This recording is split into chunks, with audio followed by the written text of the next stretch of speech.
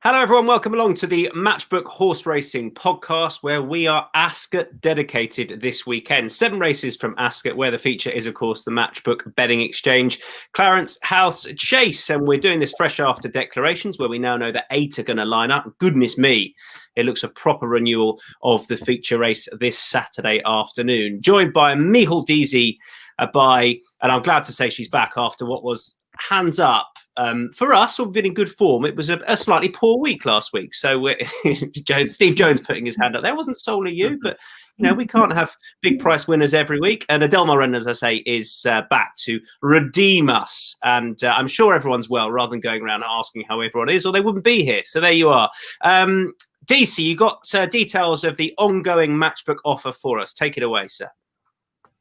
Yeah, so our sign-up offer at the moment is a bet 10, get 10 offer. So if you sign up today and place your first bet of £10 or more at odds of 2.0 or more, when that bet settles, you get another tenner. So great one to use this weekend at Ascot on one of the Matchbook races. Absolutely, of which there are plenty. 18 plus, be gamble aware for that. Right, high time we get stuck into the feature, because what we want is selections, we want winners and strong opinions. 8 running in the Matchbook Betting Exchange Clarence House Chase, the 3:35 at Ascot on Saturday. And as things stand at the moment, Politolog 2.1, waiting patiently, fascinating. I feel like he sort of just ducked under the radar coming in here a little bit, having a run back over the minimum trip. First time for, well, essentially a while, but of course it was only 2 starts ago for him when he ran in that Tingle Creek. He's a 3.5 shot, as is Deasy du Searle, last year's winner. Fanny and Juvenile 11.0 as his first flow, and then Duke de Ginevra 13.0 before we get stuck into the even bigger prices. Let's start with our very own Matchbook representative. It feels right to do that. Micheál Deasy. Where are you looking? Top of the market, bigger prices? What tickles your fancy? Oh, this is some race this year. I've it down to the top 3, which is kind of boring, but I think they probably have a class edge on the rest of them. And of the top 3, I've come down and Politolog. I think I was reading actually his owner's article during the week where he says he doesn't get the credit that he deserves, and he doesn't. He's a cracking horse, and I think just over the 2 miles, he's probably the best to them. I'd be waiting patiently. Actually beat Politolog a few years ago over 2.5 miles, and I was all over Politolog, and waiting patiently came out and beat him fairly comfortably. Now he deserves his day in the sun, but I just think just over 2 miles, Politolog should have him. I wouldn't rule out Deasy du Searle as well. I'd be very interested to see if the money comes for Deasy. I think if Deasy is backed, that might change my mind a bit. But at the moment, I'm going for the favourite, even though there's not a lot of value in his price. But I think he's the winner. I think that's an interesting point you hit up about what Deasy du Searle we're going to get, because when these two met up in the Queen Mother Champion Chase, he was a long odds-on shot, was Deasy du Searle up against Politolog. And I suppose Politolog doesn't get the credit he apparently deserves, because maybe he won a Tingle Creek because Altior decided not to turn up. Maybe he won the Champion Chase because Deasy du Searle wasn't at his best. But one thing Adele this horse does, Politolog, is he does keep rocking up, and he pretty much always puts in his best or near his best performance. And that's why he's now a multiple Grade 1 winner. It does. And Matt Chapman infuriated me when he said that he wasn't a true Grade 1 horse, because he is. He's a fantastic horse. He's been a great horse for his servants. And, he was fantastic in the Tingle Creek. But I was talking to Ruth Jefferson after about waiting patiently at Wetherby. And she said he's in such good form. The fact that he's obviously entered him for this. She said that she's never seen him so well, and I know he was noted as like wasn't he one of the strongest finishers ever recorded in that race last time out. So I just think the fact that Ruth has put him forward for this, she has to run him. He's in great form. He's obviously got the course and distance form at Ascot as well. So at the prices, as much as I love Politolog, he's one of my favourite horses. I'm gonna listen to Ruth, because I was talking to her and she's saying that how much it would mean to her for the yard to have a Grade 1 winner, because they've not had an easy year. She's lost about 15 to 20 horses due to COVID. So she just said it would be a massive plug for the yard if they could win a Grade 1. Yeah, and you're allowed to pat yourself on the back as well. And I put him up, both of us, for the King George when he ran an absolute cracker in the place market, and he finished really well, as he did in the Tingle Creek his last start over 2 miles. So I can see that definitely. As I say, roundabout second favourite, 3.5 for Waiting Patiently. Jonesy, what about you?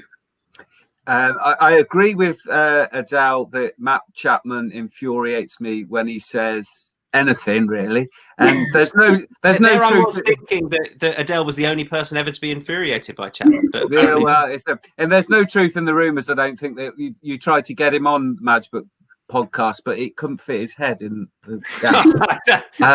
He watches this regularly, Jonesy, so he's going to enough about chappers. More about this fantastic race, Matchbook Clarence House Chase.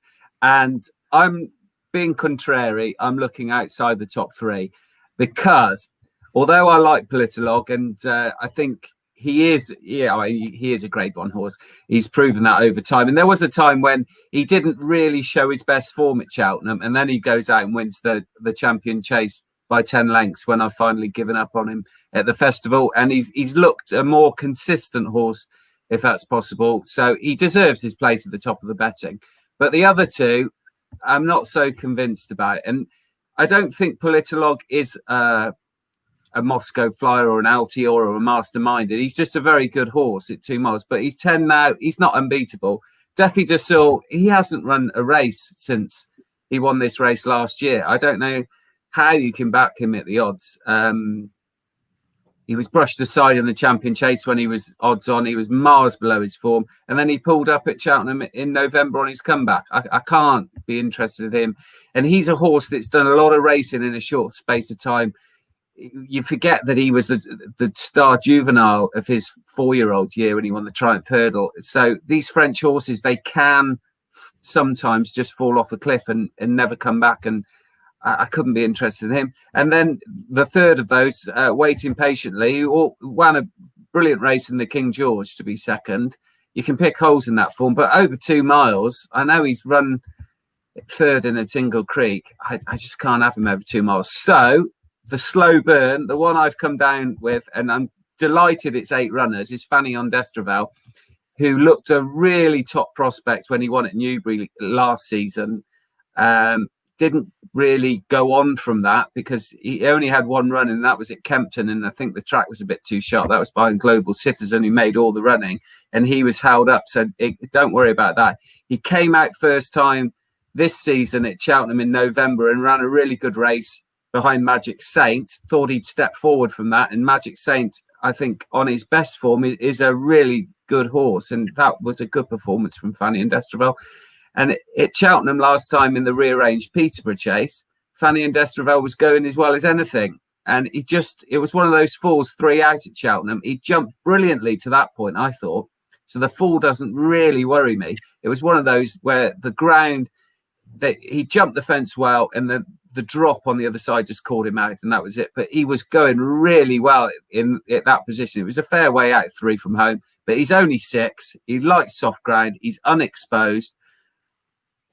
I think he's got a lot going for him, especially in the place market, because I think 1 or 2 of the 3 at the top of the market will disappoint, in my opinion. I can't see them finishing 1, 2, 3 with the profiles that they've got.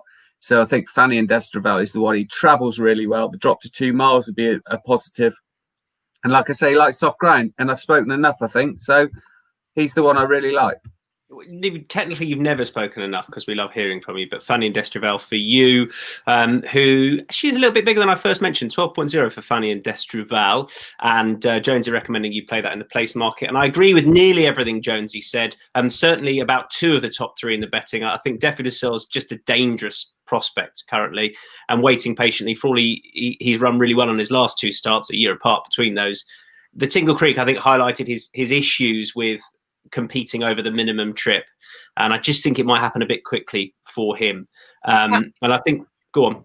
I spoke to Ruth, and she said that they're going to ride him. Well, she's hoping that Brian's going to ride him a little bit more forward because he's full of enthusiasm. We've seen that in the King George. So she said to me that she wants to see Brian ride him more forward and kind of utilise that enthusiasm a little bit more. So it'd be just interesting to see how he rides him, because obviously usually he's a hold-up horse, isn't he? So, yeah, I think that's a good bit of info, because as well, without a guaranteed pace on necessarily, at first Flow and Politic will probably be up there, and maybe decide between which one of them does go forward. But that's I think that's a good idea for waiting patiently, definitely. Interesting. They do ride him a little bit more forward, because there's a lot of ground to make up when they hold him up that far back, just to see. I think she just wants. I just think she wants that grade 1. I don't think she wants any excuses. Yeah, she's not going to want to see him running on too little, a bit too late again. For all look, he's an excellent horse and he likes Ascot.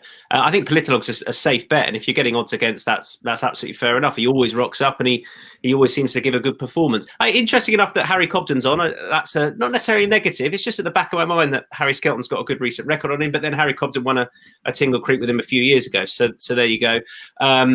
So Politolog, and I'd also have a bit in the place market on First Flow, who might get the run of things, should get his ground. Soft, heavy in places, it's gone. And by the way, just to give a plug to Ascot's conditions that they put out regularly, there's a link on their Twitter page, and the detail they go into with the ground is absolutely fantastic. They update that daily as well. So soft, heavy in places, maybe the odd scattered shower forecast. So I think it's likely to be, it's going to be testing ground, which is expected.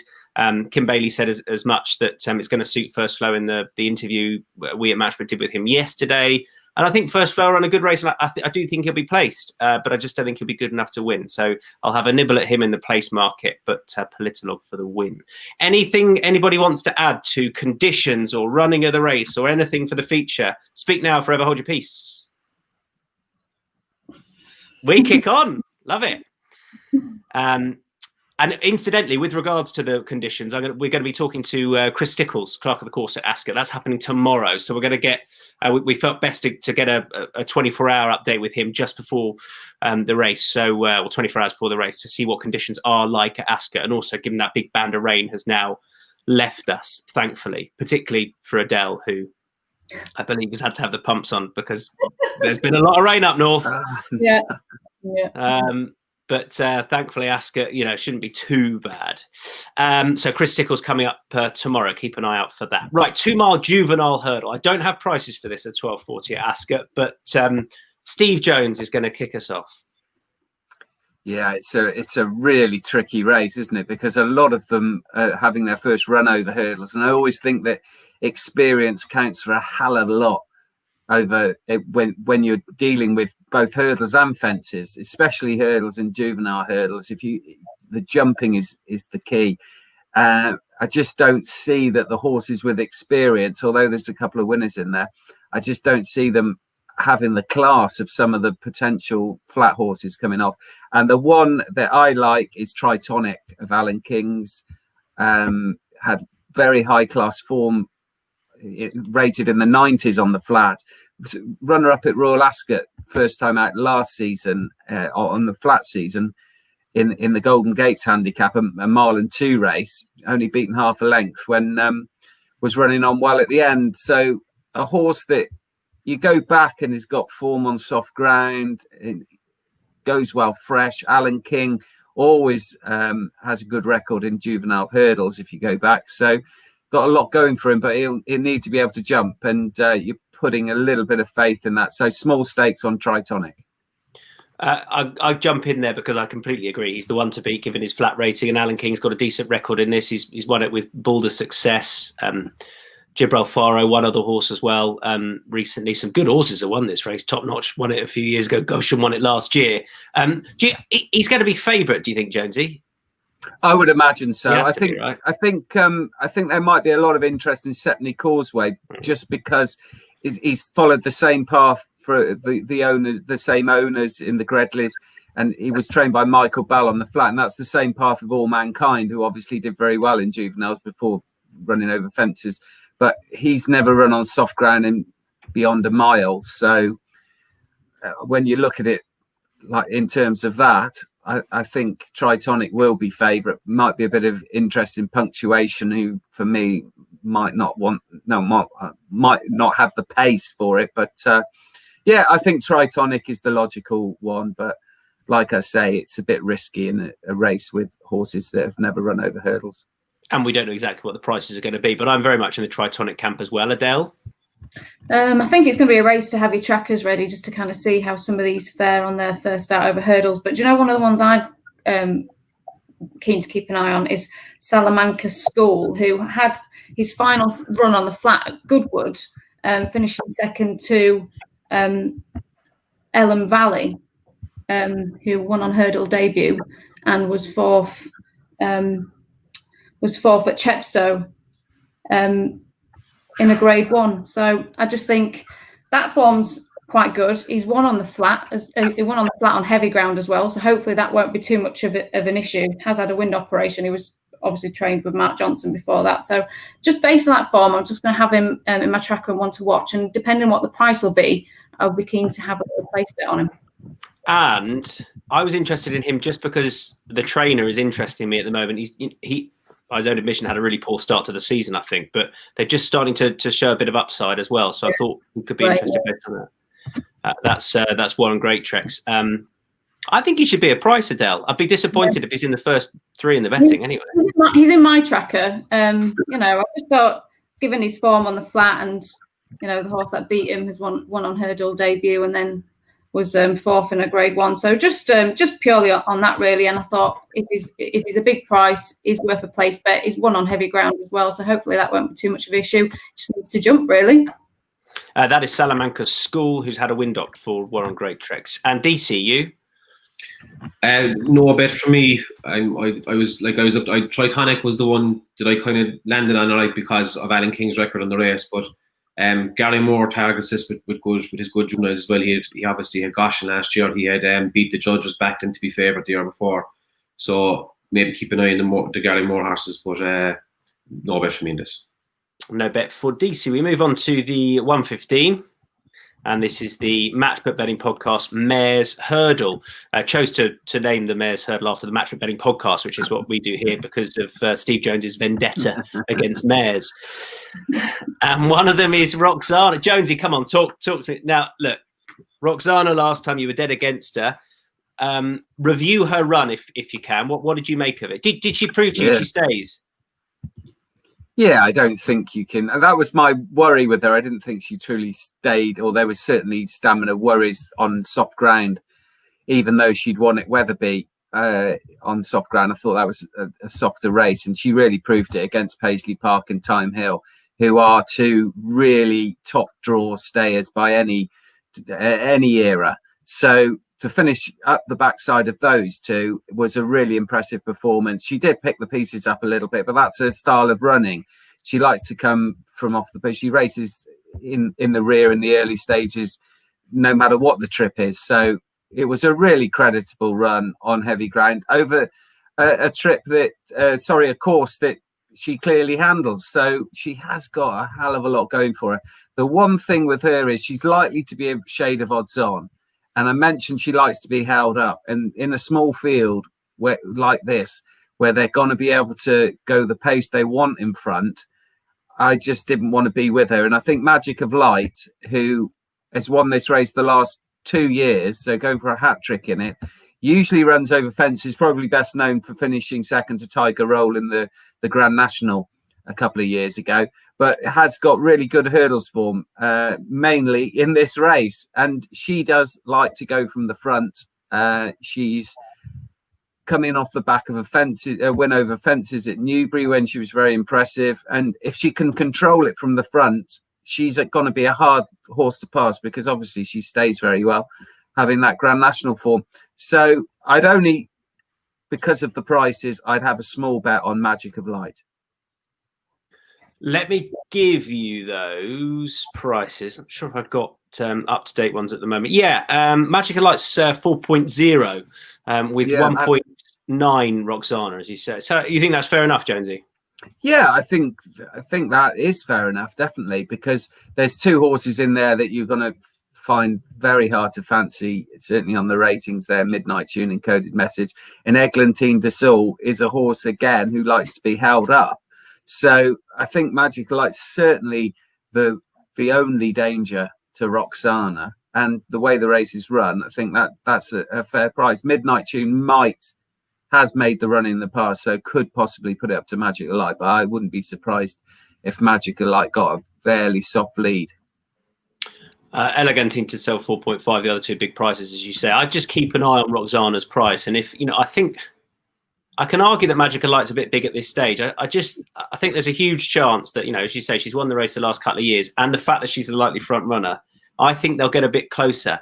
So I wouldn't be doing anything at this stage and just wait and hope that Roxana trades around about the 2.0 mark, and then I think that's absolutely fair enough because I think she'll be too good.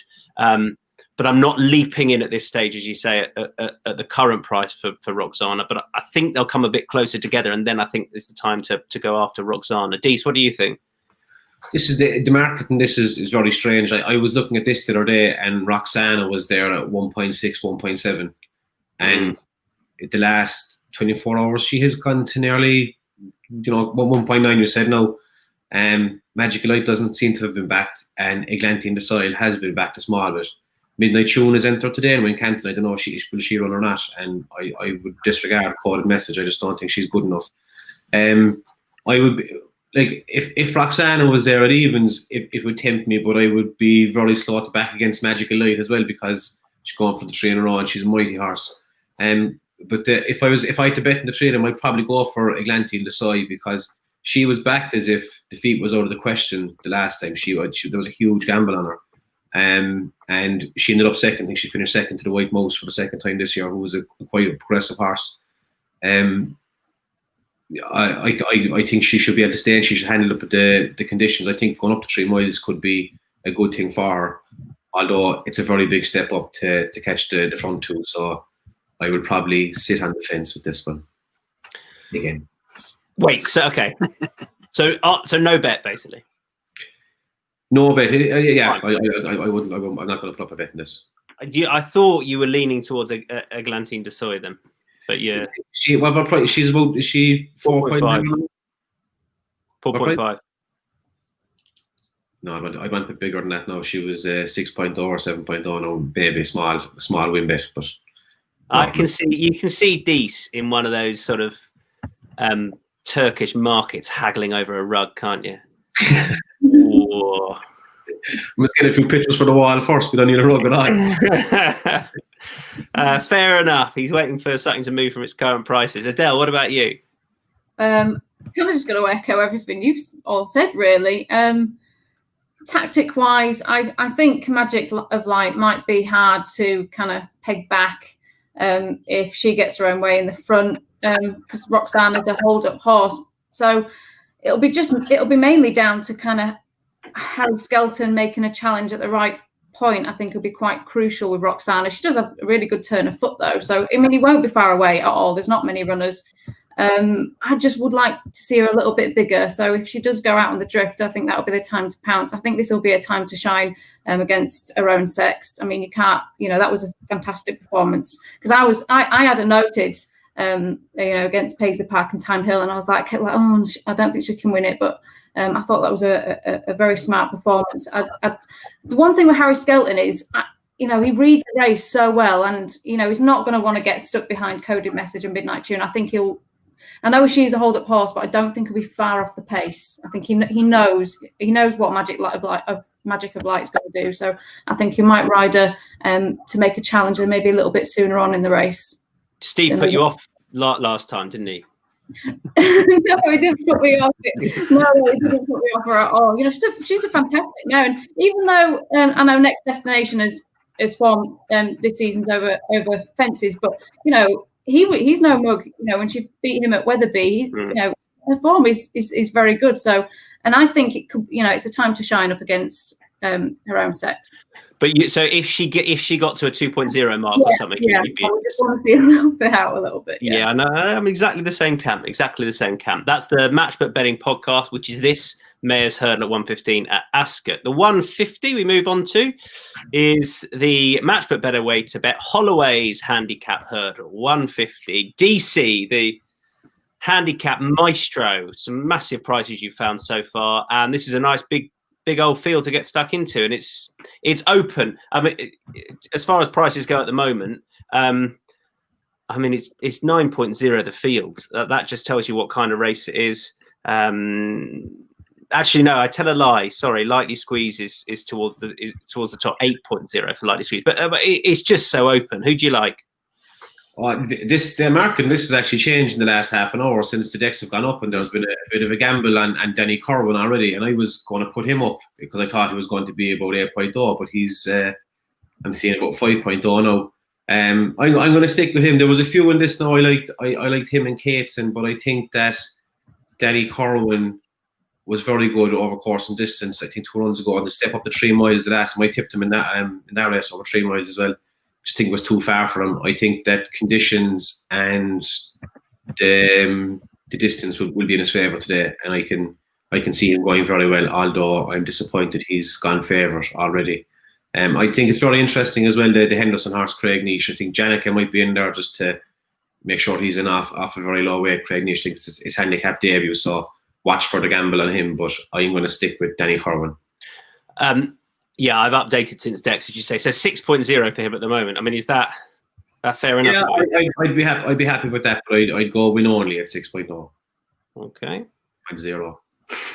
He corrected it. He said it for you. Adele, what about you? I was going to go for a place bet with Janica, who I was hoping was going to be double figures. I know he's returning to the track after quite a long time off, but it was second in the Betfair Ascot Chase. I presume he will go back chasing, and I presume he's probably having more or less a run over hurdles. But he's 8.0 now, Adele. Is that? 8.0. I was hoping he was going to be a little bit bigger just for a nice kind of place bet, but he might drift out. I don't know. I think he might have already been supported for the place market already, but he's £13 lower over hurdle, so he might still just be on a handy enough mark for him to win to run into a place, I thought. And Darryl Jacobs having a fantastic season, is well ahead of last year, so I just thought for a place bet I would go with him because there's been no favourite back. There's been no favourite winner, has there, in the last 8 runnings of this race? So I'm just looking for value, really. It shows he was in the 3 mile handicap chase as well later in the card, and he rocks up here. So yeah, I presume he will go back chasing. I presume it's more or less a kind of a stepping stone and a chance to get him out onto the track. But off his mark over hurdles, I couldn't see why he wouldn't be able to finish place. He was going to be their Grand National horse, wasn't he? And then he won the Ascot race, and then he went up flying up the handicap, and then. I mean, he's been rated once. He's 160 odd, isn't he? So fences wise, so 8.0, but you still get some value in the place market for Janica. Steve?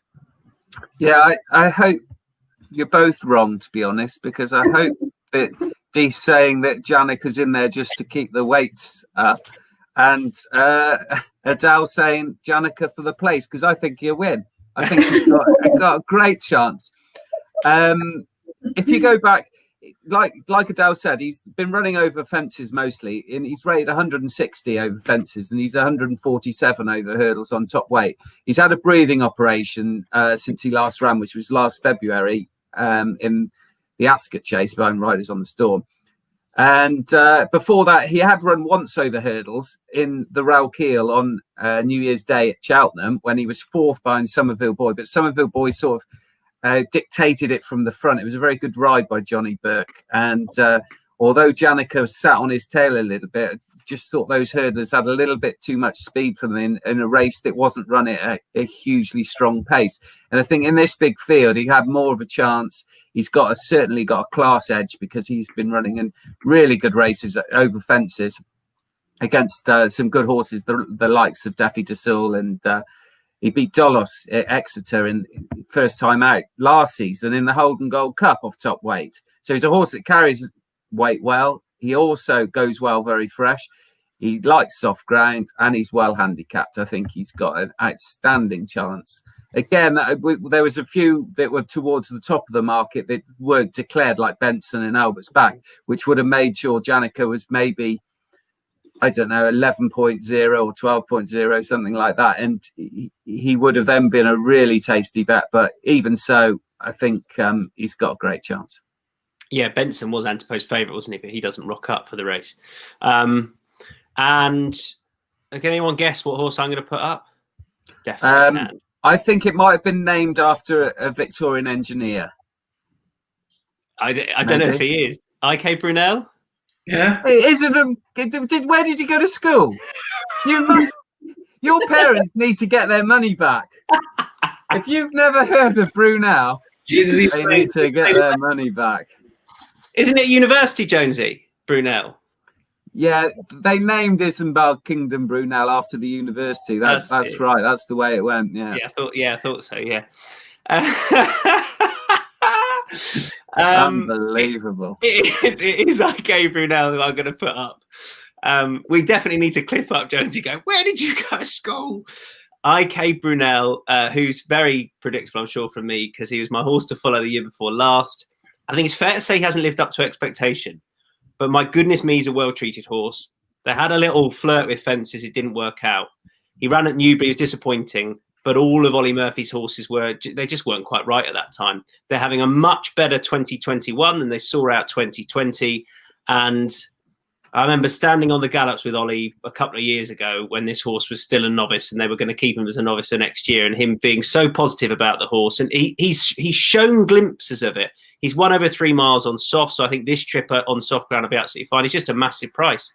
He was 26.0, I think. So I'm going to have that on side, win and place betting for IK Brunel, who I didn't know was he an architect? Is that what you said he was?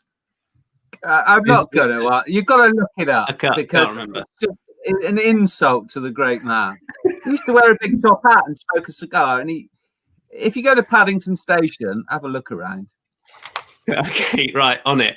I'll head down there. The same owners, Max McNeil, Greg Stone, have got a horse called Tamar Bridge. And there's a little bit of a connection because Brunel was responsible for Tamar Bridge, as well as every other Victorian piece of engineering virtually. But he obviously didn't make it onto the textbooks of some posh school that you went to for vast sums of money. Tamar Bridge, who won. I can tell you about Tamar Bridge. He won first time out, and was also put up as a horse to follow on this podcast. So there you go. Are we done with we're done with that, aren't we? Let's kick on to the next contest, which is we're losing about 30 viewers there now in the last week. Handicap Chase. Another Handicap Chase, one of a couple that we've got on the card. 2 mile 5 for this one. And good boy Bobby, 5.5. Dashel Drasher, who was good last time, 7.0, and 8.0 for Benny's King, Sotu, Capeland, and Espoir de Guy, and 10.0 Windsor Avenue, then into the double figures. I'm going to start with Good Boy Bobby, and I wonder if Jonesy agrees, just because I know you've put him up before, but I thought Good Boy Bobby, for a man very much on song, he ran okay at Cheltenham last time, where nothing got anywhere near Chatham Street Lad. I mean, he was beaten 28 lengths, but you've got to take half of those out for Chatham Street Lad, who absolutely bolted up. He was well beaten by Master Tommy Tucker. That form's, we know it's good, but he was well put in his place. I still think off 144, he's got room for a little bit of improvement. I know he's handled Cheltenham before, so on the face of it, maybe it was a bit disappointing, but that race just fell apart a bit in behind Chatham Street Lad, who didn't back up the performance with a win last time. They've run him in Grade 1 company before. He has been rated higher than this in the past, and I just think this just should shape up ideally for him. So I think he should be favourite, and 5.5 for Good Boy Bobby is fair enough with conditions that I really think should suit. If you can pick up off the back of that, Steve, because I know that you've put the horse up before. Are you siding with him again or no? Yeah, if I can carry the engineering theme on, I put a spanner in the works. We've skipped a race, haven't we? I got a little bit lost for a second. Oh, have we? Oh, you're so right. I don't want to put people away and put a horse up for the 225 that's actually running in the 3 o'clock. Well, I just wanted to talk about Good Boy Bobby because I'm a big fan of this, but you're quite. I fancy Good Boy Bobby. Do you actually? Let's go for ease, for the fact that we're keeping in chronological order. Let's go back to the race that we skipped, which is the 225 over 3 miles. Producer working away in the background, great stuff. Right, so this 220. I'm less keen on anything in here. So Jonesy, you can kick us off with this one. Well, you've given it the big one with Good Boy Bobby, who I think's got a great chance. I fancied him at Haydock I think it was a graduation chase or an intermediate chase. But Master Tommy Tucker that day got his own way in front. Dashel Drasher, who ironically is in this race as well. You would expect to take him on for the lead, but he didn't. And Master Tommy Tucker, I think, is a very good horse when he gets everything his own way, like he did that day at Haydock. And Good Boy Bobby was just brushed aside, and it was a perfectly respectable effort in the end. And at Cheltenham, you could say was a little bit disappointing because he never looked like he was in the race in the Caspian Caviar Gold Cup behind Chatham Street Lad, who won by a country mile. And Good Boy Bobby merely just plugged on. He lost his position early on. I think he jumped. He either hit the first or jumped a bit slow, and he lost his position. But he plugged on. He likes soft ground. I think a track like Ascot might well suit him, even though most of his form is left-handed. He has got form right-handed. I'm not particularly bothered with that. And he seems to be on a reasonable handicap mark. And it's a race that, for me, is a little bit messy. There's horses in there that have shown good form, but whether they up to doing it again like Dashel Drasher, I thought that was a good performance for him. But again, he was got his own way in front, and I think the ones behind perhaps didn't run to form. And although he's a horse I like, I wouldn't want to be going on him short. Good Boy Bobby will show a good form in this race, I'm sure. I think the soft ground is very much in his favour, and Benny's King. He's been playing around with trips, and Capeland, don't like him on the ground. He's at the top of the market towards it. I don't know what he is. 6.0, 7.0. Good Boy Bobby. I wouldn't be getting too carried away, but I think he'll win. Yeah, 5.5 at the moment. Exactly that. I agree. Sticking with this 3 o'clock then, the 2 mile 5 handicap chase. Jonesy and I both Good Boy Bobby. Deasy. I thought that Domaine de Lille was an absolutely massive price for this. What price is he? Is he probably over 21.0? Yeah. Blinkered for the first time. Blinker for the first time. He is running off the same mark as he was last year when he won it. He beat Benny's King by a nose. He has been kind of alternated between hurdles and chases this year. He's gone for a few big races, but this was the biggest win of his career last year when he was absolutely flying up the handicap ranks. I think he's a nice horse. He's 8 years old, should be in the prime of his life, and this is his Gold Cup. He won it last year. He will be absolutely out to win it this year. Same mark, even though Jonesy says that doesn't matter. I think that at 21.0, he's a great win bet and a great place bet as well, because, as you said, there's a few of them here that might be out to win this, or they've had bigger targets than this and haven't gone so well. And the other horse I was looking at then was Johnny Sofa, if he comes down, because he's very low mileage for an 11-year-old horse. Will stay, and this is the furthest south that he has ever travelled for a race. He generally stays up north in Scotland. So Domaine de Lille would be the main one, and I might have a little winning place on Johnny Sofa as well. 17.0 for Johnny Sofa.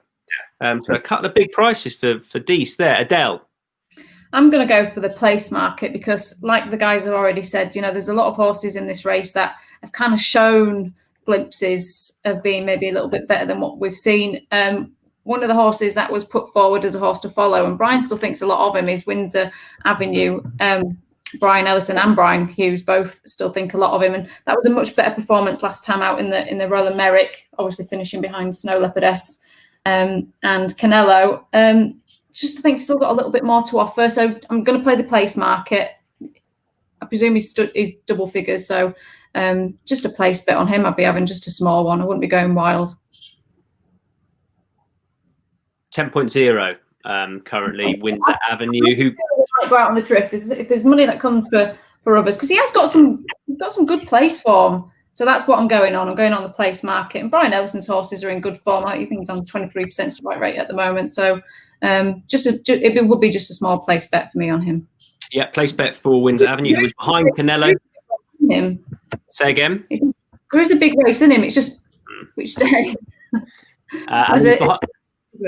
behind Canella, who you put up to win the Roland Merit last time, which looks a decent bit of form as well.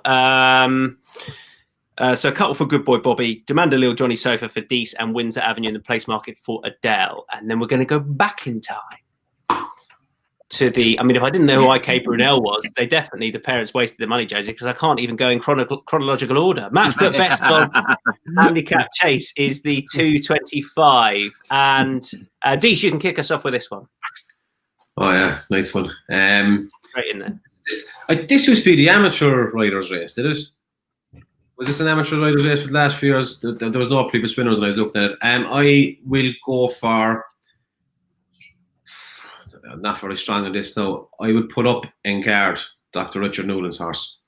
I put him up last time at Haylock because he's been bought from France. He had 2 novice hurdle runs and then were thrown into a grade 2 handicap chase. And he was going along nicely, but he fell about 6 out. I just thought it was it was interesting that he was thrown in there and he was backed a small bit. So we've no prices for this yet, I think, but I'd say he's after sneaking in there at the bottom of the weights. I always kind of follow Richard Newland horses when he does something strange like this. So if he's a big price, if he's going to be a double figure price, I would definitely do a small win bet and a good chunky place bet on. Yeah, I think he'll. It's hard to know what price he's going to be because he obviously won over hurdles and then he unseated last time. He's going all right. Yeah, on guard. I mean, I don't think he'll head the betting anyway. On guard for you, Adele, 225. So I'm going to go for the Forgotten One, who I'm hoping might be a bit of a price as well. Absolutely hosed up at Catterick last time out. I think he's been running really well this season, so I can't see why he wouldn't give another good account for himself. He stays the trip well. The ground's not a problem. Prior to Catterick, he was third at Cheltenham in the cross country. So he hasn't done a lot wrong this season. So I can't see why he wouldn't run another big race. And depending on the price, will depend whether I would go win or place. We don't have prices as yet, so it's hard to say. But the Forgotten One for you again. I think it should be open enough, this contest. I'm going to go for Yaltari, who, again, I don't know the price. I fancy he's going to be very underestimated for a yard, obviously, that have hit form recently. Conditions should be right up Yaltari's street. And if you go back to his run in the Grade 2 novice here back in February of 2 years ago, he was 4.5 lengths behind Mr. Malarkey, rated 147. He rocks up here off 135. He ran okay in the race won by Secret Reprieve last time in conditions that should have suited. And he has won over that course and distance. So maybe it was a touch disappointing at 11-2 or 6.5 on the face of it, and he was pulled up before that. It just wouldn't surprise me if Yaltari were to be A, big price, and B, massively outrun his odds. Venetia had one go very close in a big handicap last week at a big old price as well, and was second in where we just between us on the Match for Betting podcast found everything that was second basically. But Yaltari for me, and I think it'd be a fair price. Jonesy.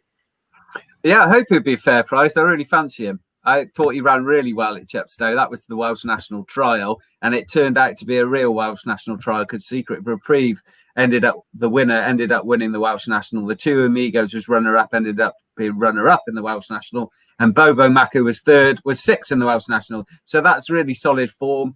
I think it was a race that perhaps put the emphasis more on stamina than speed, which Yaltari's got a lot of pace. He's a horse that travels really well.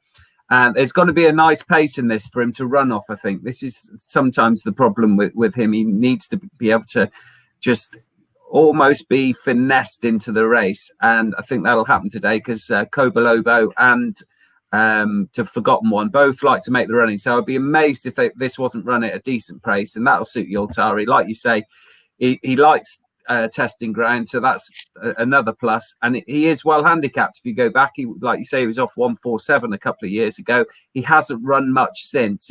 Last season was a write-off, and this season, to me, he just looks like he's coming to the boil. So Yaltari for me. Yeah. Oh, the other one I like at a crazy price is Flintham. Hasn't run for 3 years, but always a horse I liked. Likes deep ground, and Mark and Sarah Bradstock do incredible things with a really small team. They won the Gold Cup, obviously with Coney Gree, and he's half brother, isn't he? I was just coming to that because he's a half brother to Coney Gree and Carruthers, who obviously won the big newbie race. So he's got it there. I always thought he was going to be a nice horse, but he's obviously had a serious problem to be off the track for 3 years. But Sarah and Mark Bradstock, that is their thing, dealing with horses with injury problems, and they're fantastic at it. Yeah, Flintham, who I think is going to be a huge price off the back of that absence, and Yoltari, I think, might be a fair price as well. And then the 410. Obviously, we've done the feature. This is the Matchbook Betting Exchange Novices Hurdle. Don't have prices as yet. So, if you don't mind, I'll kick us off just because I think Gladiator Allen will be a decent price. The race that he was third behind Martinal last time, actually the second that day, trained by Fergal O'Brien, I think probably would have won had he got a better lead. But just came away from that thinking this horse is absolutely crying out for a step up in trip. And that was the consensus of Chester Williams, who was there as well, who rode him last time. His Foss last debut was okay over this trip, but he's beaten by Pat's Fancy. But I can just see him being a little bit underestimated, I thought, with the likes of Jeremy's Pass, previous winner, in there, and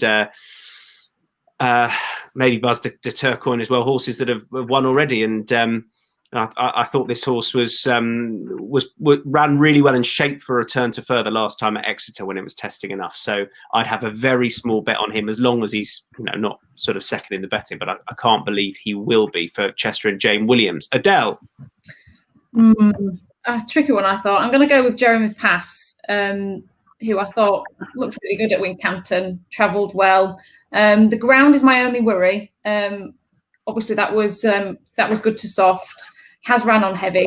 It was placed on heavy ground, but he's got a national winner amongst his family, Monty's Pass. So he's obviously got plenty of stamina in there as well. So I just think he's still got a bit more to offer. Megan's doing really well with John Dance and kind of advising him with his jumpers. So I still think he's got a bit more to come, and I'm going to stick with him. Just ground dependent. I'm hoping he's going to be okay on it. One of a few nice horses for that team, the Dance and Nichols team. Jeremy's Pass, Deasy. Yeah, same. Jeremy's Pass. He beat Sizable Sam last time out, and Sizable Sam has actually won twice since Grade 3. So I think that's decent form.